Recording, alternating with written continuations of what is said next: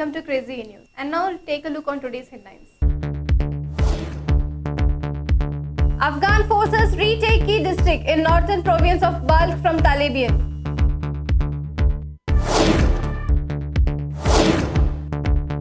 After COVID cases, BioNTech to develop first mRNA-based vaccination for malaria.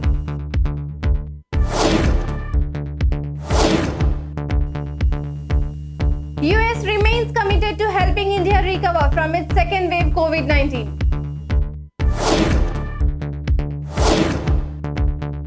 Supreme Court refuses to stay Delhi High Court's order against Gautam Gambhir Foundation in COVID drug hoarding case. 6 Assam cops dead, CM trade bars as boundary rose players up yet again.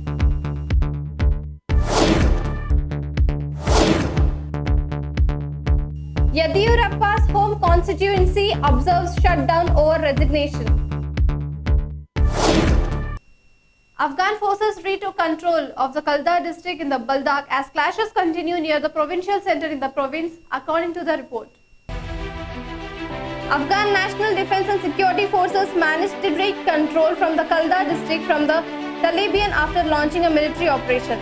The television news channel reported citing the Ministry of National Defense. The ministry said about 20 fighters of Taliban group were killed and dozens more wounded during the operation. After tackling the COVID-19 pandemic with the mRNA vaccination, BioNTech is planning to use same technology to develop a first of its kind of vaccination for malaria, with an end of 2022 target to begin clinical testing.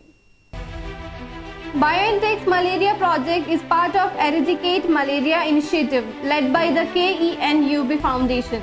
To accelerate the eradication of the mosquito-borne disease, the efforts are supported by the World Health Organization and the African Center of the Disease Control and Prevention.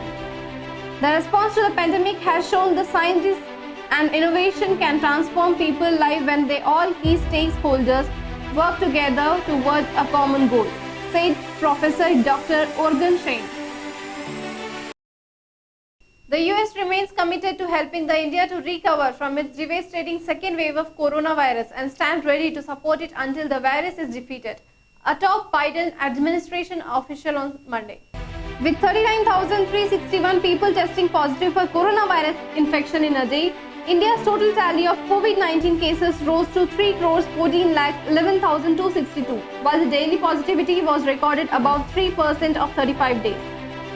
According to the Union Health Ministry data updated on Monday, the COVID-19 death toll climbed to 4,20,000 with the 416 fresh fatalities. The Supreme Court on Monday refuses to entertain a plea by Gautam Gambhir Foundation against the Delhi High Court orders, allowing proceedings against it for alleged hoarding of drugs like Fobiflu and oxygen for distribution among patients during the second COVID wave. People were running helter-skelter for medicines, drugs, etc. Suddenly a trust comes and say we will give you medicines. This is not done. A bench of Justice D.Y. Chandrachud and M.R. Shah told Foundation Counsel Senior Advocate Kashlev Yadav. 6 personnel of Assam police were killed amid violence on its border with Mizoram on Monday, while 50 cops have been admitted to Silchar Medical College and Hospital. Clashes broke out between the people of the two states 2 days after Union Home Minister Amit Shah met all the chief ministers of the northeastern state in Shillong. There were reports of firing from the border areas and attack on government vehicles. Tension flared along the border of 8 farmers' huts were set ablaze by unidentified miscreants, a senior police officer told PTI. I am deeply pained to inform that 6 brave jawans of Assam police have sacrificed their lives while defending constitutional boundary of our state at Assam-Mizoram border. Residents of Shikaripura, outgoing Karnataka Chief Minister B.S. Yadiyurappa home constituency, shut down all shops and commercial establishments on Monday as mark of protest.